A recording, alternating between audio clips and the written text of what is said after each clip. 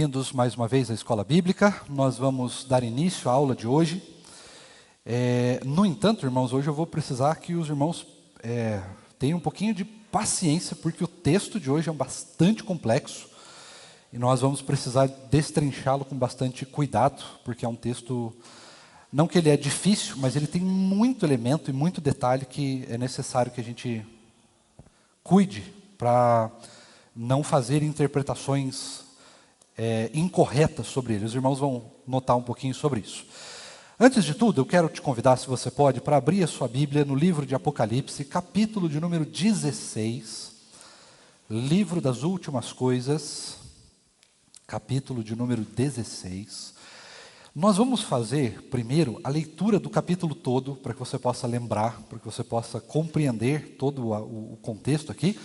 E aí, assim que nós fizermos essa leitura, nós vamos orar, e aí nós vamos passar para a interpretação dos versos 17 até o verso de número 21, que se tratam da última taça, né? Então, nós vamos trabalhar este texto especificamente, é um texto um pouquinho mais complexo do que os foram antigamente, né? Ele é um texto novo, com bastante elementos, então nós vamos trabalhar esse texto, né? Por isso que nós deixamos ele solitário, né? A última taça solitária, para que a gente pudesse interpretá-la com calma, sem pressa e sem nenhum tipo de contratempo. Tá bom?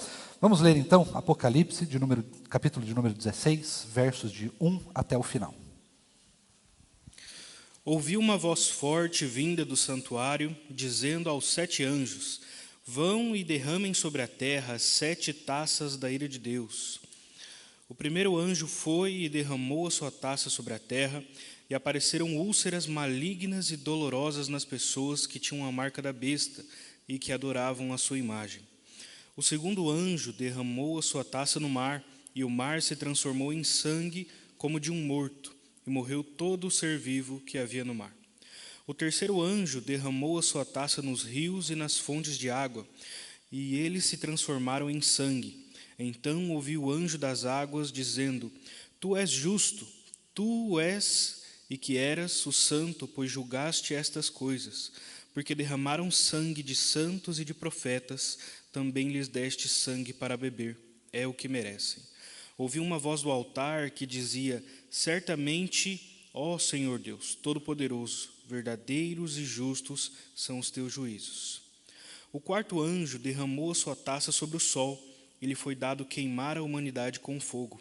As pessoas se queimaram com intenso calor e blasfemaram contra o nome de Deus, porque tem autoridade sobre estes flagelos. Porém, não se arrependeram para darem glória a Deus. O quinto anjo derramou a sua taça sobre o trono da besta. O reino da besta ficou em trevas, e as pessoas mordiam a língua por causa da dor que sentiam, e blasfemavam contra o Deus do céu por causa das angústias e das úlceras que sofriam. Porém, não se arrependeram de suas obras. O sexto anjo derramou a sua taça sobre o grande rio Eufrates. As águas do rio secaram, para que se preparasse o caminho dos reis que vêm do Oriente. Então vi sair da boca do dragão, da boca da besta e da boca do falso profeta 3 espíritos imundos, semelhantes a rãs.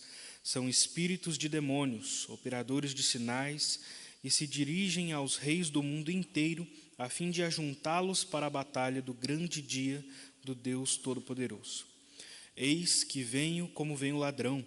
Bem-aventurado aquele que vigia e guarda as suas vestes, para que não ande nu e não se veja a sua vergonha. Então ajuntaram os reis no lugar em que em hebraico se chama Armagedon. Então o sétimo anjo derramou a sua taça pelo ar, e uma voz forte saiu do santuário do lado do trono, dizendo: está feito. E sobrevieram relâmpagos, vozes e trovões, e ocorreu um grande terremoto, como nunca houve igual desde que há gente sobre a terra. Tal foi o terremoto, forte e grande. E a grande cidade se dividiu em 3 partes, e caíram as cidades das nações. E Deus se lembrou da grande Babilônia, para dar-lhe o cálice do vinho do furor da sua ira. Todas as ilhas fugiram, e os montes não foram achados. Também desabou do céu sobre as pessoas uma grande chuva de granizo, com pedras que pesavam mais de 30 quilos. e, por causa do flagelo da chuva de pedras, as pessoas blasfemaram contra Deus, porque este flagelo do granizo era terrível. Vamos orar mais uma vez? Deus bondoso e maravilhoso, obrigado, Deus, pela Tua palavra, que nos revela acerca das últimas coisas que vão acontecer e já estão acontecendo. Obrigado a Deus porque, mesmo diante da Tua ira, nós somos alvos da Sua graça e da Sua misericórdia. Mas nós também clamamos a Deus para que nós possamos ser instrumentos do Senhor, para que a Tua ira possa ser até mesmo aliviada por meio das missões, por meio do evangelismo, por meio da proclamação do Teu Evangelho, e os Teus eleitos possam ser de fato encontrados e possam ser resgatados pelo Senhor. Tem misericórdia de nós, tem misericórdia da Tua igreja, fala ao nosso coração durante essa aula de escola bíblica, nos ensina a compreender o texto bíblico que o Senhor mesmo revelou ao apóstolo João e ministra de graça ao nosso coração para que não possamos apenas entendê-lo, mas que também possamos reagir a ele de acordo com a Tua vontade. Tem misericórdia de nós, abre o nosso entendimento, é o que nós te pedimos em nome de Jesus. Amém. Muito bem, vamos, antes de tudo, fazer uma rápida recapitulação de tudo que nós vimos até aqui, né, nas 7 taças, para que a gente possa entrar definitivamente, então, na última taça. Os irmãos vão se lembrar algumas coisas muito importantes. A primeira é que o texto bíblico de Apocalipse, segundo a nossa visão reformada, presbiteriana, ele não pode ser interpretado de maneira 100% literal, ainda que haja certa literalidade no texto, em alguns dos textos. Este que nós estamos vendo especificamente, trata-se de um texto apenas simbólico, ele está tratando sobre símbolos que representam algumas características daquilo que já está acontecendo e daquilo que ainda vai acontecer. No entanto, nós não podemos aplicar esses textos como se, de repente, algum anjo realmente fosse aparecer no céu aí e tivesse uma taça na mão e ele realmente lançasse essa taça, né, sobre o sol, sobre o mar, sobre os rios, sobre o trono da besta, né, enfim. Não dá para a gente interpretar o texto neste grau de literalidade. Por isso é muito importante que nós possamos distinguir aquilo que é símbolo e onde esse símbolo pode ser aplicado e principalmente como aplicar este símbolo durante todo o período histórico, desde a primeira vinda até a segunda vinda de Jesus. Todo o período histórico das 7 taças está acontecendo desde que Jesus veio, né? Aliás, desde que Jesus foi ao céu. As 7 taças estão sendo derramadas. Tá? Quando elas vão terminar de ser derramadas, né, quando vai ser dito pelo 7º anjo, né, que está feito, está terminado, a gente não sabe. Né, a gente não tem ideia quando será este dia, mas nós sabemos que este dia chegará. O que muitas pessoas pensam, e você precisa se lembrar disso, é que muitas vezes as pessoas são levadas por diversos tipos de doutrinas e explicações doutrinárias, a partir do livro de Apocalipse, que estas 7 taças, elas vão acontecer ainda. Ou seja, elas não começaram ainda, mas elas vão começar, pelo contrário. Os 7 selos, as 7 trombetas e as 7 taças estão já em movimento, já está em ação. Tá? Pastor, mas qual das taças nós estamos agora? Qual das trombetas? Todas elas ao mesmo tempo. Tá? Não tem uma ordem específica dos acontecimentos. Por isso, nós interpretamos esses acontecimentos à luz daquilo que está acontecendo o tempo todo. Então, por exemplo, a dor dos ímpios. Quando foi que a dor dos ímpios começou? A dor dos ímpios sempre está acontecendo. A perseguição da igreja. Quando foi que a perseguição da igreja começou? Ela sempre está sendo perseguida desde que ela começou. Quando que começou a proclamação do Evangelho a partir do primeiro selo que liberou o cavalo branco, né? Que é exatamente a proclamação do Evangelho? Sempre esteve acontecendo. Então, quando nós olhamos para esse texto, ou para esses textos, né, dos 7 selos, 7 trombetas e 7 taças, nós precisamos lembrar que eles estão sendo sempre tocados, abertos e derramados. Tá? Isso já está acontecendo desde que Jesus subiu aos céus, e isso vai terminar de acontecer quando Jesus estiver prestes a voltar. Nós não sabemos quando será, mas é neste texto, nesse momento em que nós estamos da história. A segunda coisa que nós precisamos lembrar acerca do texto bíblico é que o texto bíblico, ele não é um texto, principalmente o texto de Apocalipse, ele não é um texto que é feito de maneira cronológica. Então ele não está acontecendo numa ordem cronológica, mas ele está acontecendo 7 vezes. E nós estamos já avançando aí para os finalmente do texto. Tá? Então nós precisamos lembrar que nós estamos passando por mais uma das seções do texto. Isso significa que a história da primeira vinda de Cristo até a segunda vinda está sendo contada mais uma vez. E ela será contada ainda mais algumas vezes.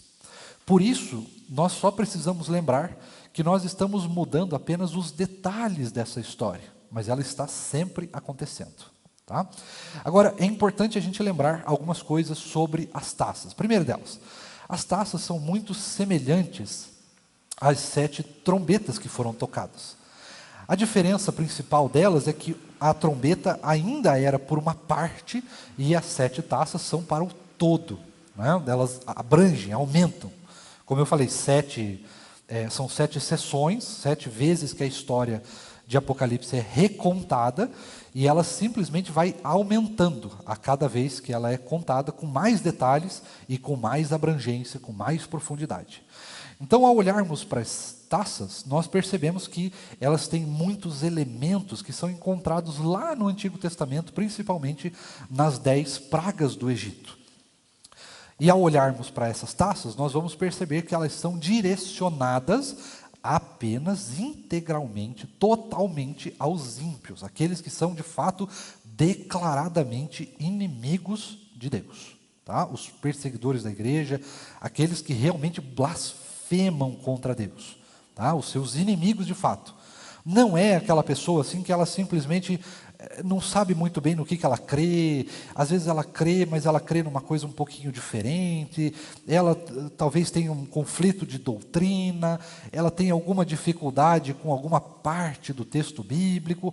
Não é destas pessoas que nós estamos falando. Nós estamos falando aqui daqueles ímpios, aqueles que são realmente inimigos de Deus, inimigos da igreja, perseguidores, aqueles que têm ódio de Deus e das suas coisas. Tá? Então é destes que nós estamos falando. As 7 taças são derramadas sobre eles, especificamente sobre eles. É lógico que ao serem derramadas sobre eles, nós, a igreja, os eleitos, os santos escolhidos, aqueles que entregaram a sua vida para Jesus, também sofrem, mas não sofrem aquilo que a taça derrama, mas ela sofre aquilo que é consequência da taça na vida dos ímpios. Ou seja, ela vai sofrer por causa dos ímpios, não por causa das taças. Tá? Então, entendido isso, nós podemos lembrar apenas a respeito das 7 taças. As primeiras taças, elas são derramadas sobre a água. Lembre-se que água na Bíblia significa povo, nações, tá? O ajuntamento dos povos, o ajuntamento das nações. Não é literalmente sobre o mar, sobre os rios, tá?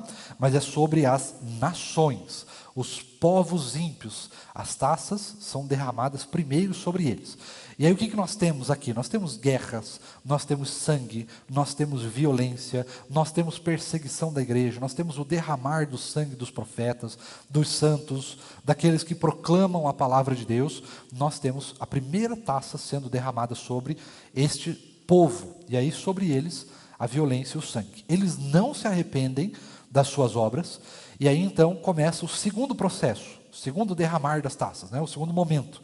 Este segundo momento, ele vai derramar sobre algumas coisas mais...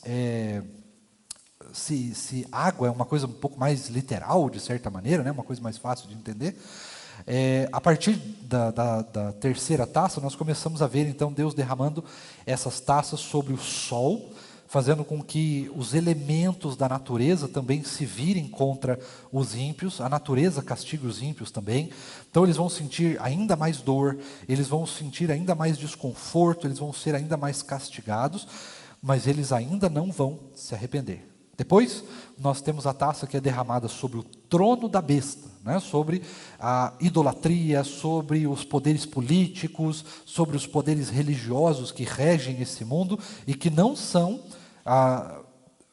adoradores de Deus, vamos chamar assim, né? Que não estão debaixo da autoridade de Deus, mas estão debaixo da autoridade das bestas. Tá? Lembra das duas bestas? Lá, o dragão não, né? A besta que sai do mar e a besta que sai da terra, né? Os poderes políticos e os poderes religiosos, tá? Que estão debaixo da autoridade dessas duas bestas. Então, é derramado uma taça sobre o trono da besta, este trono da besta recai sobre eles trevas, ou seja, escuridão, devassidão, perversidade, maldade, pecaminosidade, enfim, coisas semelhantes, trevas nesse sentido.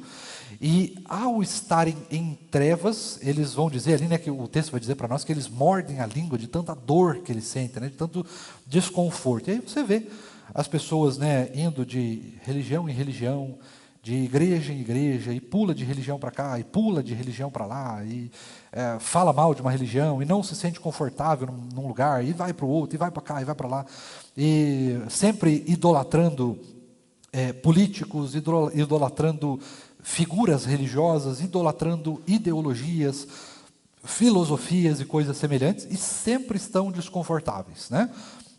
Sempre falando mal, sempre... o texto, você poderia talvez tentar aqui uma literação desse texto, trazendo, por exemplo, esse morder a língua para as pessoas que são muito aguerridas, aqueles que nós chamamos dentro da política de militantes. Você conhece algum? O militante é aquele que só tem para falar de política, só tem para falar de religião. Ele é só mal, é só coisa terrível que sai da boca dele. Então, talvez se a gente pudesse, quem sabe, dar uma literalizada no texto, a gente poderia pensar, né, e aplicar esse texto a partir desse entendimento.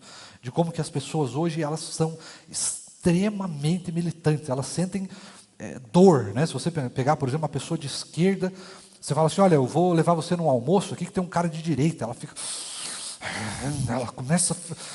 louca. Mas a mesma coisa acontece do outro lado também. Tá? Não é nenhum lado melhor do que o outro, nesse sentido. Tá? Então, as pessoas estão nesta vida, nesse mesmo entendimento. As pessoas estão completamente desconfortáveis umas com as outras, nas suas ideologias, nas suas maldades, nas suas pecaminosidades, enfim. Então, é nesse sentido que a gente tem aqui o derramar das trevas. Além disso, nós temos, então, a preparação para o fim. Né? Então, a penúltima taça é derramada sobre o rio Eufrates, né, o grande rio Eufrates. Não é literalmente sobre o rio Eufrates, mas a gente pode pensar ali a partir do Oriente, né, em questões do Oriente. E aí, esta ideia aqui, vai sair os espíritos de rã da boca da besta, vai ministrar ali prodígios, sinais e maravilhas aos reis da terra, ou seja, poderes políticos, né? E estes poderes políticos vão se juntar contra os eleitos, contra a igreja de Deus. Tá? E aí começa a grande batalha, né, a grande perseguição. Mas essa batalha, irmãos, já está acontecendo há tempos, ela só vai sendo intensificada. Tá? Mas não vai chegar um momento que ela vai começar, ela já começou e ao longo da história você tem percebido que ela vai aumentando. Né? Desde que Jesus foi embora e a igreja começou a sua expansão no mundo, nós sempre estamos sendo perseguidos. Ora um pouco mais, ora um pouco menos, em alguns países muito mais, outros países menos, mas de qualquer maneira nós sempre estamos sendo perseguidos de alguma forma e esta perseguição ela sempre tem aumentado, ela nunca tem diminuído, não importa o que aconteça, ela não tem diminuído. Os sinais assim que parece que ela diminui um pouco é quando nós temos movimentos de avivamento. Então quando tem um avivamento, essa perseguição ela é um pouco atenuada, mas depois ela volta com força total e provavelmente muito mais intensa do que era antes. Né? Nós temos aí os avivamentos ali de 1700 e pouco, 1800 e pouquinho, até 1900 e pouquinho nós tivemos muitos avivamentos. Essa perseguição, nesse período, né, a igreja expandiu muito rapidamente por todos os continentes, e aí depois que esses movimentos de avivamento acabaram, né? As ondas de avivamento acabaram. Nós já tivemos Primeira Guerra Mundial, Segunda Guerra Mundial, tivemos Guerra Fria, tivemos aí a ascensão do comunismo propriamente dito, né? Não o ideológico hoje que existe, que ninguém sabe o que é, mas o comunismo real de fato, aquilo que realmente existiu na história, um movimento histórico. Nós tivemos vários outros movimentos, como o nazismo, fascismo e outras coisas mais, e por vezes nós vamos aumentando, né? Conforme vai avançando os dias de hoje, nós vamos sendo introduzidos cada vez mais ideologia, cada vez mais filosofias, e estas ideologias e filosofias vão levando cada vez mais as pessoas para longe do desejo de Deus. Tá? Então, os reis da terra, os poderes políticos, cada vez mais influenciados por ideologia e não por fazer, né, o bem, fazer boas obras, por vida religiosa, vida com Deus, nada disso. Então, nós estamos aqui preparados para a batalha. E nós chegamos então à última taça. Esta talvez seja a taça mais difícil da gente compreender, como eu falei, porque ela tem vários elementos, elementos que são distintos da glória de Deus sendo revelada, da ira de Deus sendo derramada e de todo o contexto social que nós vivemos sendo completamente modificado, não pela ação de Deus, mas pela sua ira. Tá? Pelo derramar do vinho do furor da sua ira. Então, nós vamos olhar agora esse texto, e aí vamos aplicando ele verso a verso, com muita calma, e eu vou pedir para você, se você tiver alguma dúvida, se faltar alguma coisa que eu falar aqui, você anote, por favor, aí, enquanto estiver ouvindo aquilo que eu estou falando, e aí, no final da aula, eu vou abrir para perguntas, e aí você pode fazer, então, perguntas, né, considerações aí que você possa achar, né, ou dúvidas que eventualmente você tenha. Tá certo? Carlão, versículo 17. Então o sétimo anjo derramou a sua taça pelo ar, e uma voz forte saiu do santuário ao lado do trono, dizendo: está feito. Maravilhoso. Então, nós já temos aqui a primeira parte, né? O sétimo anjo derramou a sua taça sobre o ar. Tá? Então, não é literalmente sobre o ar, mas o que ele quer dizer sobre o ar? Ele está dizendo sobre toda a terra, sobre a totalidade deste mundo. O sétimo anjo está derramando a sua taça. Quando o sétimo anjo derrama a sua taça, né, as últimas coisas começam a acontecer, nós então reparamos que está feito, que é basicamente a mesma frase que o Senhor Jesus usou na cruz do Calvário, quando ele diz: está consumado, né? Está feito, está realizado. Porém, este estar realizado não é o estar realizado como finalização de tudo. Então, acabou. Agora está tudo feito. O Senhor Jesus está voltando. Está voltando, não. O Senhor Jesus voltará no dia tal, na hora tal, e é isso que vai acontecer a partir de agora. Não. Este derramar da taça é um derramar lento, progressivo. Ele vai acontecendo até que o Senhor Jesus volte. Tá? Então vamos lá. Há uma voz ao lado do trono de Deus. De quem que é essa voz? Aí nós temos muitas interpretações. Pode ser um anjo, pode ser um arcanjo, pode ser o próprio Espírito de Deus, de repente, né, uma alusão ao Espírito Santo de Deus. Pode ser, de repente, alguém que não é mencionado no texto bíblico.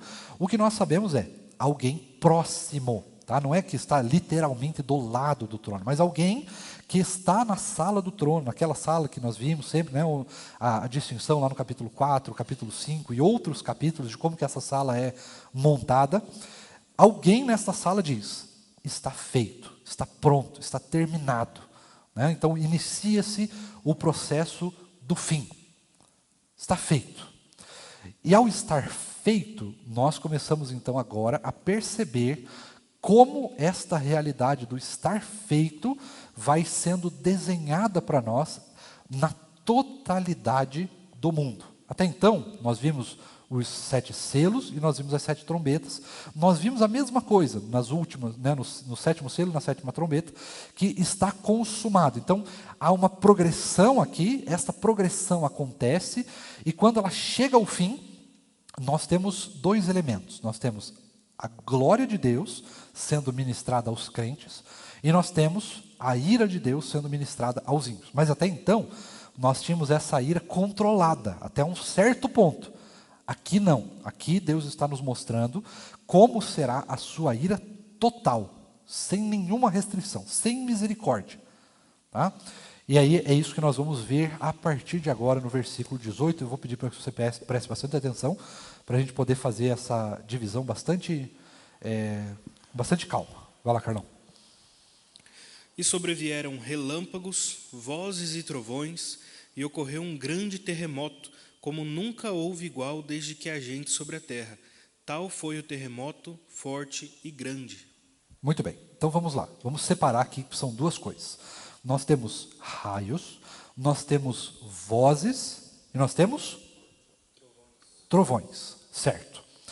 Estes três elementos nós já vimos aparecer algumas vezes no livro de Apocalipse. Esses três elementos são a obra e a manifestação da glória de Deus. Tá? Sempre que aparece trovões, relâmpagos e vozes, nós estamos falando do agir de Deus. Tá? A glória de Deus manifesta. Lembra lá no monte, enquanto Moisés estava pegando lá os 10 mandamentos, as pessoas não podiam se aproximar do monte, porque tinha vozes, tinha trovões, tinha fogo no chão e tal, era um negócio bastante assim, um visual, né, muito tremendo, assim, muito espalhafatoso, grandioso, mas a glória de Deus ela se manifesta dessa maneira, com grandiosidade, com poder, com autoridade, com muito poder, com muita pressão mesmo. Então, a glória de Deus sendo manifesta nesses três elementos. E aí nós mudamos, o elemento muda. O primeiro elemento, a glória de Deus. O segundo elemento é o terremoto. Tá. Vamos separar aqui o que é que significa, dentro das considerações bíblicas, este terremoto. Quando nós falamos de terremoto, não é literal, não quer dizer que o planeta Terra inteiro vai tremer, porque se isso realmente acontecesse de maneira literal, o nosso mundo seria rachado ao meio. Não existe nenhuma forma de estruturar o nosso mundo de uma maneira que toda a Terra tenha um terremoto. O planeta seria rachado em dois. Tá? Haveriam rachaduras, o magma sairia para fora, ia ser não é o que está narrando aqui para nós, tá certo? O que é então terremoto sobre toda a terra? Né? Um terremoto grande, grande e terrível, como diz o texto para nós. Um terremoto grande e terrível significa mudanças sobre toda a terra. Então as coisas vão mudar, as coisas vai ter uma revolução, alguma coisa assim que vai realmente mudar as coisas de perspectiva muito forte, muito grande. Essa mudança de perspectiva. E essa mudança vai sendo progressiva. Ela não é uma mudança que vai acontecendo aos pouquinhos. Aliás, que vai acontecer de uma vez só. Ela vai acontecendo aos pouquinhos. E ela vai aumentando de intensidade conforme as coisas vão avançando. Então, olhe para o mundo que nós estamos vivendo hoje. Não é exatamente o que nós estamos vivendo? Uma progressão dos acontecimentos? Antigamente, as pessoas até falavam, né, e certamente você já falou isso muitas vezes, o tempo passava mais lento, as pessoas se comunicavam de um jeito melhor, as coisas se desenvolviam, as pessoas conversavam mais, demorava mais para as coisas acontecerem, né, o tempo parecia que passava de uma maneira mais lenta. Então você via lá, primeiro veio a revolução do conhecimento, depois da reforma, né, veio a revolução do conhecimento, depois veio a reforma industrial, depois foi vindo, né, o trem, a eletricidade, as coisas foram aumentando. Hoje, se você piscar o olho, o mundo já mudou. De hoje para amanhã, o mundo já mudou 3 vezes e você nem sabe o que aconteceu. Né? Então, as coisas estão evoluindo, estão cada vez mudando mais rápido. Uma nação hoje que é soberana, no outro dia já foi conquistado, já não existe mais. Um reino se juntou contra outro reino. Um político que estava em ascensão, de repente sumiu, já ninguém se fala mais dele. As músicas mudam muito rápido, a cultura muda muito rápido, a tecnologia muda muito rápido. Tudo é muito rápido. Um terremoto grande e terrível. Muitas mudanças em pouco tempo. É tão rápido que a gente não consegue nem se acostumar com as mudanças. Quando a gente começa a pensar, eu acho que agora eu vou me acostumar. Já está completamente atrasado. As coisas são muito rápidas. Tá? Então, nós podemos compreender essa última taça como as mudanças. Muitas mudanças vão acontecendo conforme o tempo final se aproxima. cada vez mais, cada vez mais, cada vez mais. Tá? Então, terremoto grande e terrível, entendido? A parte do manifestar dos raios e trovões, ou seja, a glória de Deus, ela vai sendo manifestada cada vez com mais poder, com mais intensidade, para que a igreja resista a essas mudanças, tem isso também, né? E aí agora nós chegamos então no versículo de número 19. E a grande cidade se dividiu em 3 partes, e caíram as cidades das nações, e Deus se lembrou da grande Babilônia, para dar-lhe o cálice do vinho do furor da sua ira. Olha só, para alguém que lê o texto de maneira literal, vai falar assim, grande terremoto dividiu a cidade em 3 partes, né? Ela caiu ali, se dividiu e tal. Não dá, porque a gente já viu que o terremoto não é literal. Então, como é que nós vamos entender esta cidade? Primeiro, a gente precisa entender que cidade é essa. E esta cidade, ela já apareceu algumas vezes no livro de Apocalipse, só que ela não apareceu ainda de maneira clara. Ela vai aparecer no capítulo 17. Tá? Ou melhor, a partir do capítulo 17, nós vamos trabalhar esta cidade aí. Qual é esta grande cidade? O texto bíblico de Apocalipse vai chamar ela de Grande Babilônia, exatamente. Vocês estão afiados, assim que eu gosto. Então, a Grande Babilônia se dividiu em 3 partes. Dá para literalizar, por exemplo, falar assim, caiu a Grande Babilônia, então veio depois a Pérsia, aí veio a Grécia, depois veio Roma, depois veio, sei lá, a China. Não dá para a gente fazer esse tipo de literação. Tá? Não tem como a gente ir por esse caminho. Senão a gente vai ficar completamente doido. Né? Não, veio Roma, aí depois veio os Estados Unidos, agora nós estamos indo para a China. Então, não vá por esse caminho, porque você vai ficar completamente perdido e o texto bíblico perde completamente o seu significado. O que está dizendo aqui para nós o texto bíblico? A Grande Babilônia não é a Babilônia lá do Antigo Testamento, aquela que escravizou o povo por 70 anos. Tá? Foi onde o povo passou o seu exílio por causa da pecaminosidade do povo de Deus. Tá? E por causa do seu juízo. Esta Grande Babilônia é a complexidade e a totalidade das nações do mundo, das nações que perseguem o povo de Deus. E aqui, lembra que eu fiz uma recapitulação? Justamente para que você possa fazer uma ligação entre a 6ª e a 7ª trombeta. Na 6ª trombeta, o texto bíblico fala para nós que foi derramada a taça sobre o grande rio Eufrates, e então apareceram 3 espíritos semelhantes aos espíritos de rãs. Então, 3 espíritos, e a grande cidade se divide em 3 partes. Tá?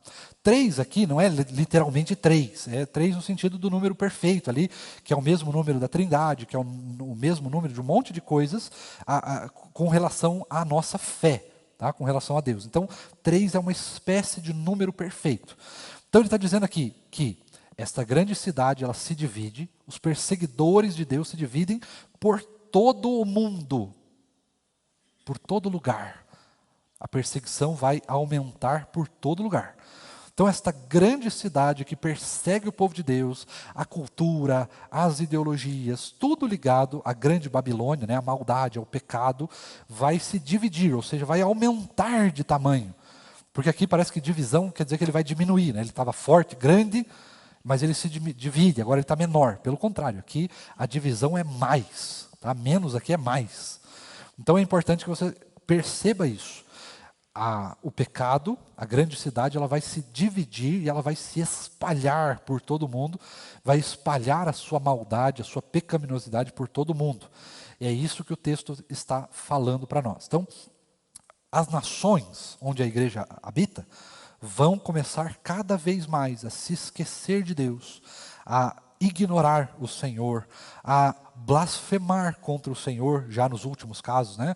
A perseguir a igreja de maneira política, de maneira até mesmo religiosa, de maneira cultural, de maneira filosófica, ideológica. E isso vai acontecer cada vez mais. Tá?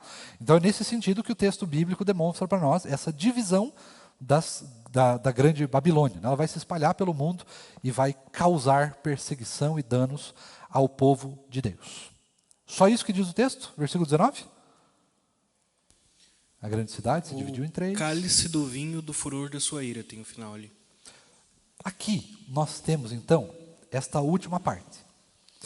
Ela vai se dividir para nos perseguir. Ponto. Isso é óbvio que vai acontecer. Ela vai se expandir. Porém, enquanto ela se expande, enquanto ela aumenta de tamanho, enquanto ela nos persegue, o cálice da ira de Deus, aquele sem mistura, vai sendo derramado sobre essas nações.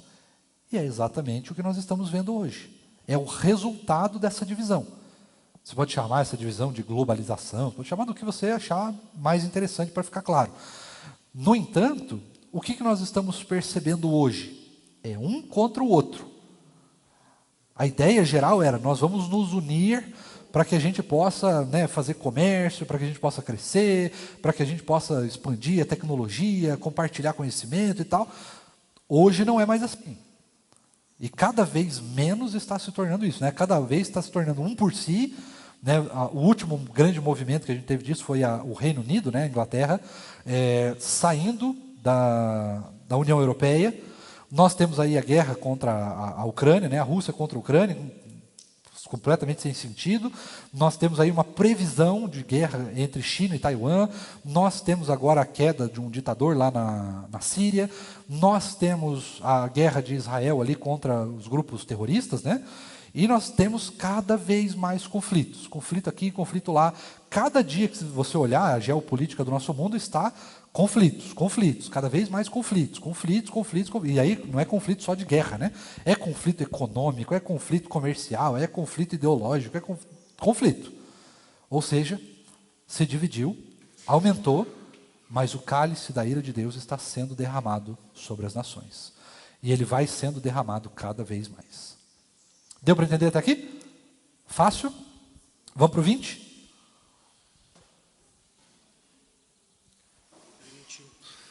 Todas as ilhas fugiram, e os montes não foram achados. Aqui é um texto um pouquinho mais complicado. Esse texto aqui, ele demonstra para nós que essas mudanças que vão acontecer, elas são tão significativas, elas são tão grandes, que até mesmo a geografia do mundo vai mudar. Então as ilhas não foram mais encontradas, né? Os montes desapareceram. Tudo muda de lugar. Agora, não dá para a gente entender esse texto da mesma maneira. Não quer dizer que alguém vai, tipo, sei lá, sumir com o Havaí, por exemplo. Até porque eu não visitei ele, então ele não vai sumir. Mas ninguém vai sumir com o Caribe. Não vai desaparecer, não vai sair. A ilha não vai sumir do mapa. Né? O Everest não vai afundar na Terra. Não é isso que o texto está dizendo para nós. Ele está dizendo para nós a mesma coisa que o terremoto. Haverão mudanças, irmãos, e essas mudanças elas vão ser muito profundas, muito profundas. São mudanças que vão mexer com a estrutura do mundo, com a estrutura de tudo que a gente conhece.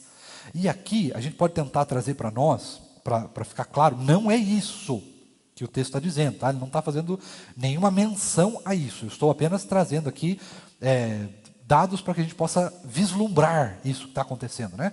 Essas grandes mudanças. Então, por exemplo, lá no Japão, o Japão é um país que eu acompanho relativamente bastante. Então, lá no Japão, por exemplo, o governo está propondo leis para que as pessoas voltem a se relacionar. Sabe por quê? Porque as pessoas estão se relacionando com robô já. Lá nos Estados Unidos, algumas pessoas, em alguns estados que permitiram isso, já se casaram com hologramas. Você está reparando que a inteligência artificial está avançando e ela avança a passos larguíssimos, muito rápido. Só para você ter uma noção de cálculo, hoje, por dia, no mundo são lançadas 100 novas inteligências artificiais. Por dia. Não é por mês, por ano, é por dia. Então, as coisas estão mudando, e elas estão mudando muito rapidamente. E estas mudanças que estão acontecendo, elas mexem inclusive com a nossa estrutura. Então, hoje nós já não estamos mais, pelo menos no Brasil ainda tem um pouco, mas as pessoas já não estão mais discutindo coisas como antigamente. Então, antigamente era o quê? Você discutia, por exemplo, aborto, você discutia, de repente, as questões da comunidade LGBT, você discutia o racismo, você discutia ali alguns benefícios empregatícios, algumas questões políticas, filosóficas. Hoje não, hoje o negócio ele é muito mais profundo. Hoje, por exemplo, nós já temos tecnologia suficiente para fazer um bebê em laboratório. Não precisa mais de pai e mãe. Você pode criar em célula-tronco no laboratório. Hoje, em alguns países, você tem tecnologia suficiente, se você puder pagar por isso, obviamente, para escolher todas as características genéticas do seu filho.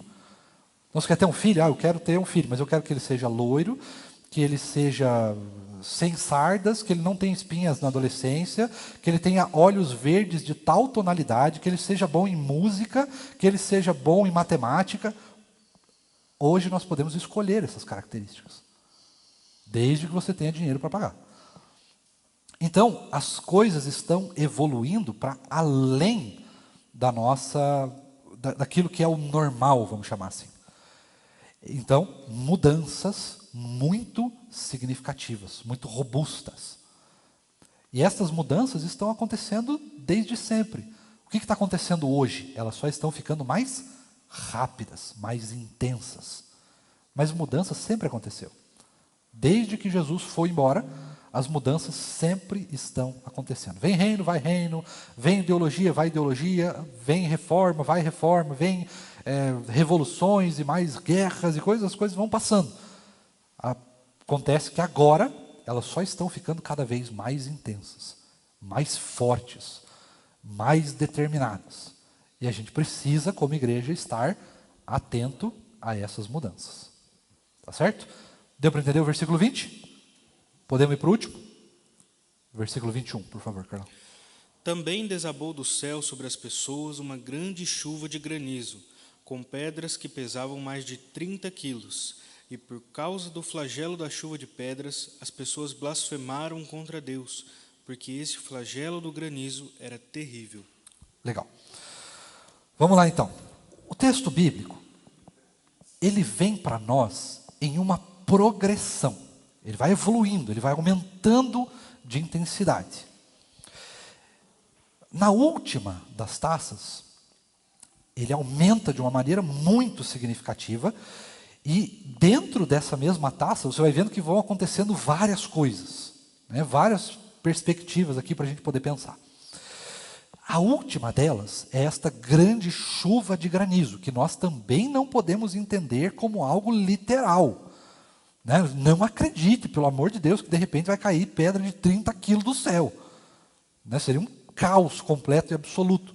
Mas o texto bíblico está dizendo para nós que o juízo de Deus, tá? A chuva de granizo aqui é o juízo de Deus sendo derramado sobre essas pessoas, sobre os ímpios, sobre as nações. Este juízo de Deus é terrível, ele é pesadíssimo, ele é grandioso, ele é devastador. E aí, para nós podermos aplicar o texto para nós e podemos entender um pouquinho daquilo que ele está falando na nossa realidade, nós podemos olhar para esse texto e reparar, né, perceber como que, apesar dessas mudanças, apesar das coisas estarem evoluindo, na verdade as coisas estão involuindo. O mundo, por mais que evolua tecnologicamente, por mais que a gente consiga fazer coisas extraordinárias dentro de uma máquina, dentro de um laboratório, na vida real, no eu e você, as coisas estão indo de mal a pior. As pessoas não conseguem mais se relacionar, as famílias estão sendo destruídas, os relacionamentos em geral estão sendo destruídos. E por mais que a gente tenha avanços, né, como eu falei agora, a gente consegue fazer um bebê em laboratório. Mas as pessoas continuam morrendo na fila do SUS. A desigualdade continua aumentando. A maldade continua aumentando. A pecaminosidade não para de aumentar. A perseguição não para de aumentar. As ideologias que jogam um contra o outro não param de aumentar. Então, ao mesmo tempo que nós vemos avanços, que nós vemos essa perspectiva de mudanças, nós continuamos percebendo que o ser humano continua ser humano. A maldade continua sendo maldade, o pecado continua sendo pecado, e essas coisas estão evoluindo cada vez mais. É mais intenso o olhar que a gente tem para a maldade. Né? Por mais que a gente, por exemplo, né, eu vou dar uma questão de ideologia. Por mais que o feminismo esteja aumentando no mundo, cada vez mais morrem mulheres. Cada vez mais as mulheres estão sendo degradadas pela sociedade. Isso é claro, isso é palpável. Então, quando nós olhamos para isso, não interessa a ideologia, não interessa a política, não interessa a tecnologia, não interessa os avanços. O que interessa é que sem Jesus, tudo que tem é chuva de granizo. É o peso da ira de Deus. Não adianta a gente avançar com as coisas sem Jesus. Porque o avanço pelo avanço, ele não significa absolutamente nada. O avanço, ele só é significativo quando a gente coloca esse avanço na perspectiva da vontade de Deus, da sua palavra.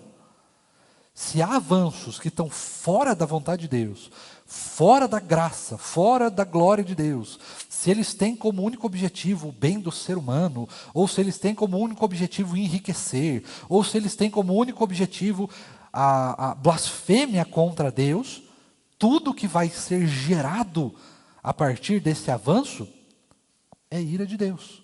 É o vinho do furor da ira de Deus sendo derramado. É o peso da ira de Deus sendo derramado sobre os ímpios. E é exatamente isso que nós estamos vendo, dia após dia, mês após mês, ano após ano. Vai avançando cada vez mais o momento em que Jesus se aproxima. Que a vinda do Cordeiro de Deus, que vem para julgar as nações, se aproxima. E nessa perspectiva eu termino dizendo que nós precisamos pregar o Evangelho. É cada vez mais latente, cada vez mais palpável, urgente, que nós precisamos pregar o Evangelho. E não pregar o Evangelho simplesmente dizendo, né, como por exemplo assim, não façam isso, não façam aquilo. Mas é pregar Jesus de fato. Falar sobre o Cordeiro de Deus, que tira o pecado do mundo. Não é ficar apontando o dedo, não é nada dessas coisas, mas é de fato apontar para Jesus. O mundo, é bom que tenha mais tecnologia, é bom que tenha mais remédio, é bom que tenha mais isso, mais aquilo, mas tudo isso, sem Jesus, não vale de nada. Tudo que nós precisamos fazer, irmãos, é apontar para Cristo. Mesmo que a gente tenha muitos avanços, esses avanços eles só são validados quando tem Cristo, quando tem a sua glória e a sua graça em primeiro lugar. Deu para entender? Está aberto então, irmãos queridos, para perguntas, dúvidas, comentários. E aí agora é com vocês. Levante uma das suas mãozinhas e o microfone chega aí até você. Se tivermos, claro, né? Pode ser que você não tenha dúvida, nem perguntas.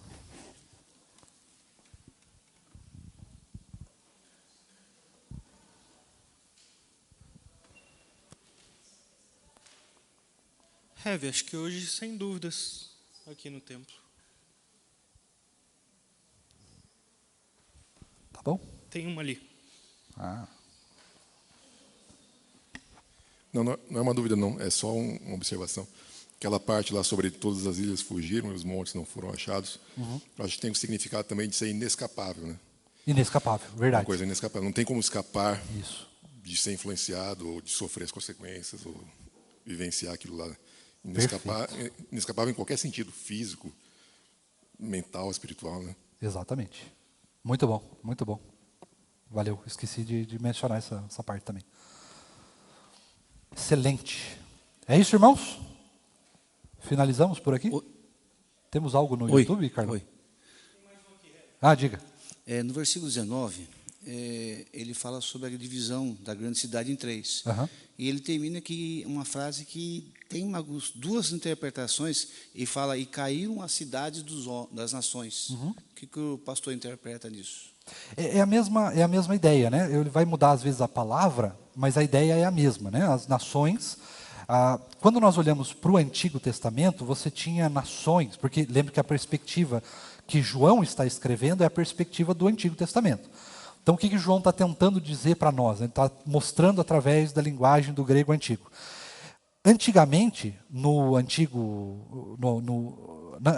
antiguidade, né, no Antigo Testamento, quando você tinha uma nação que se levantava contra os crentes, você tinha o Egito, por exemplo, que escravizou o povo de Deus. Era só o Egito. Depois você teve a Síria. Depois você tem a Babilônia. Depois você tem a Pérsia. Tem um pouco dos gregos também, mas não é bem a ideia, né? Os gregos estavam ali só. Depois você tem Roma.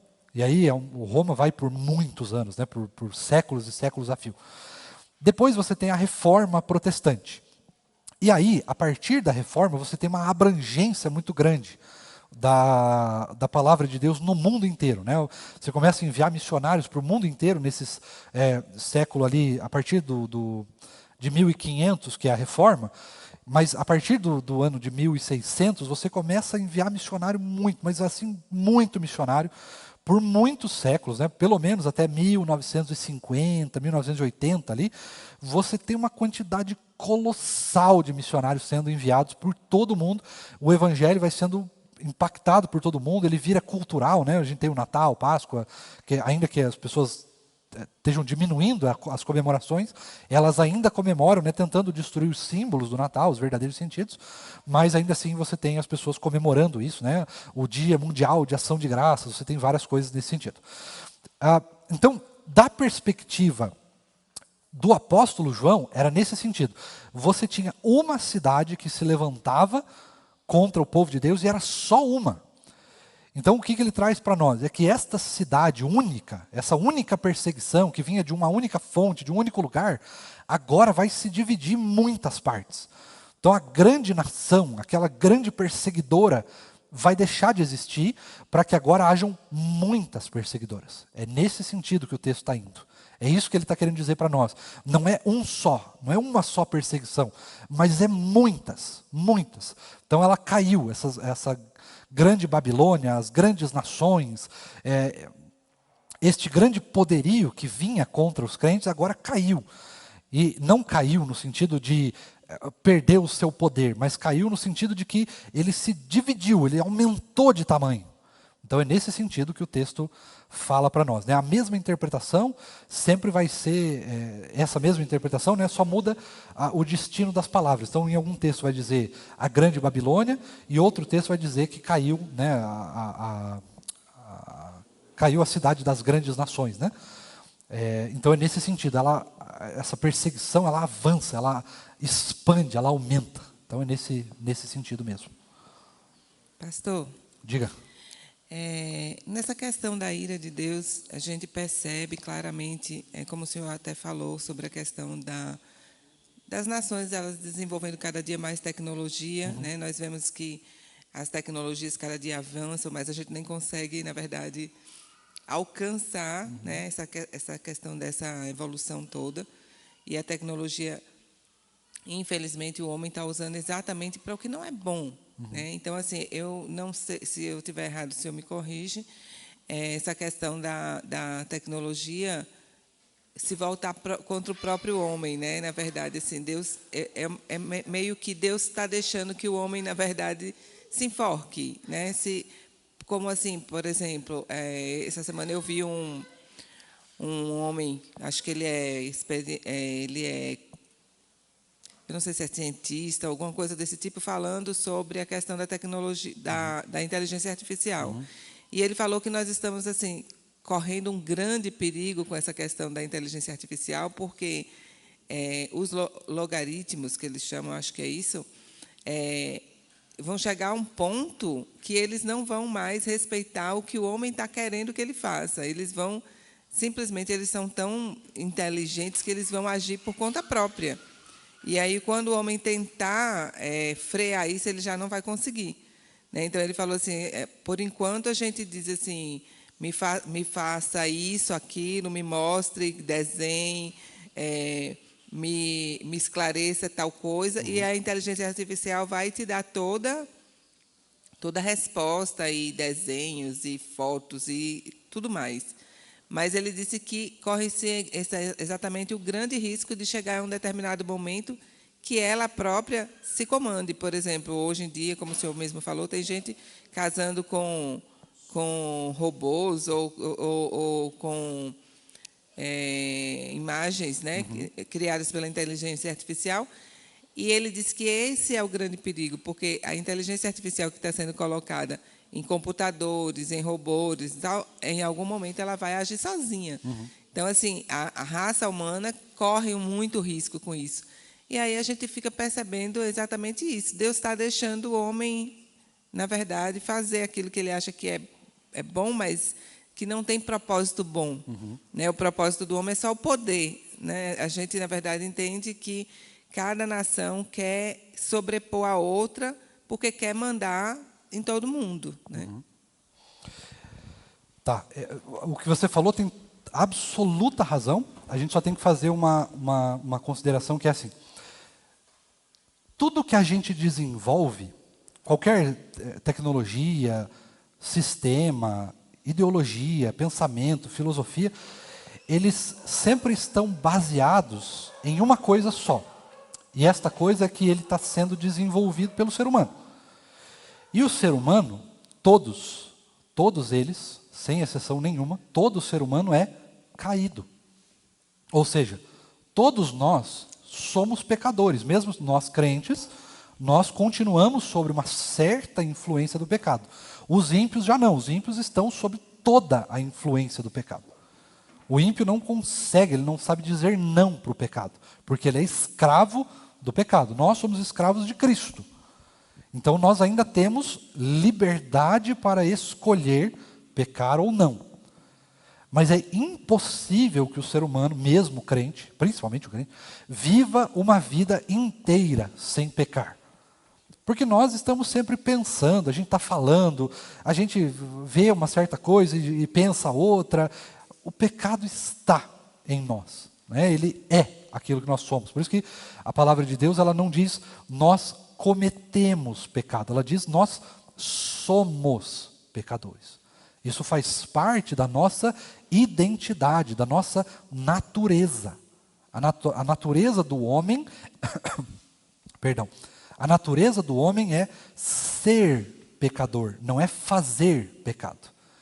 Então, tudo que o homem faz está baseado nesta premissa. Por exemplo, se a gente pegar a inteligência artificial, como a Doriana falou, por exemplo, e falar assim, um dia ela vai se voltar contra nós. Isso pode acontecer? É um risco pequeno, mas pode. Por que ela vai fazer isso? Porque ela foi treinada por um ser humano.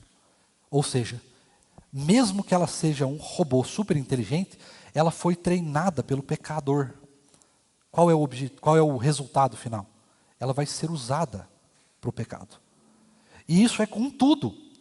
Criou-se lá o avião vai transportar muitas pessoas. Sim, mas ele também podia transportar uma bombinha, né?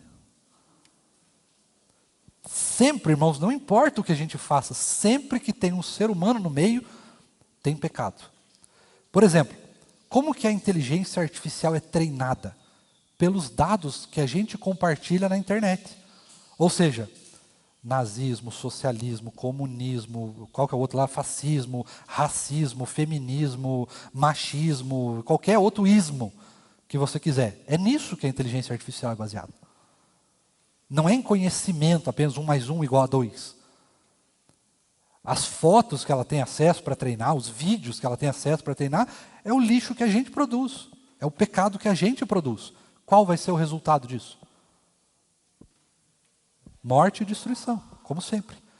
Afinal de contas, como nós bem sabemos, o salário do pecado é a morte.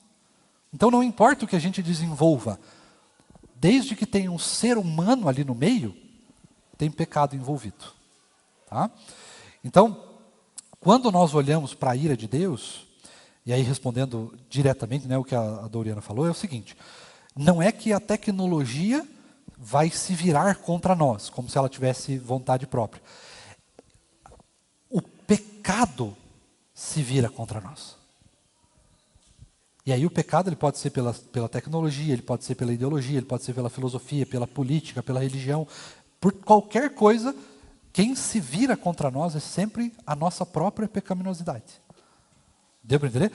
Então, não é que a tecnologia poderia eventualmente se virar contra nós e nos destruir. Se ela fizer isso, ela vai fazer isso por causa de nós mesmos. Ou seja, não por causa do ser humano em si, mas por causa que neste mundo, nesta realidade que nós vivemos, ainda está sob a influência do pecado. Quando Jesus voltar, esta influência do pecado será destruída. Aí sim, tudo que o ser humano fizer na nova Jerusalém celestial estará completamente imune ao pecado. E aí poderá ser, tudo que existe será usado somente para a glória de Deus. Hoje a gente consegue, por exemplo, usar robô, usar tecnologia, né? A gente está usando aqui um microfone pequeno e tal, com um fiozinho minúsculo, que funciona para a glória de Deus, né? A palavra de Deus está sendo pregada. Nós estamos transmitindo dados por fio e pelo ar, e sabe Deus como que funciona isso dentro da tecnologia, mas nós estamos usando isso para a glória de Deus. Ao mesmo tempo, nós podemos usar para o mal. Então existe essa distinção do uso hoje. Quando Jesus voltar, aí não haverá mais essa distinção, porque tudo que a gente fizer e tudo que nós seremos será para a glória de Deus. Deu para entender? Amém? Podemos encerrar? Vamos orar?